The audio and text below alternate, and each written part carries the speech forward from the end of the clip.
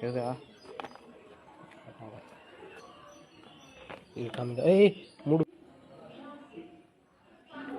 வணக்கம் மக்களே, இன்றைக்கி பார்த்தீங்கன்னா எங்கள் வீட்டுக்கு ரெகுலராக நிறைய பாம்பு வந்துகிட்டே இருக்கும். நாங்கள் எல்லாத்தையும் பிடிச்சி விட்டு போய் விட்டுருவோம். அந்த மாதிரி இன்றைக்கி பார்த்தீங்கன்னா ரொம்ப குட்டி பாம்பு ஒன்று வந்துருக்கு. அதை நாங்கள் வெற்றிகரமாக பிடிச்சிட்டோம். இப்போ இதையும் திரும்பி ரெஸ்கியூ பண்ணிட்டு போய் வெளியே விட போகிறோம். ஹாய் சொல்லுங்கள். இது என்ன பாம்பு தான் தெரியலண்ணா பண்ண போகிறோம்.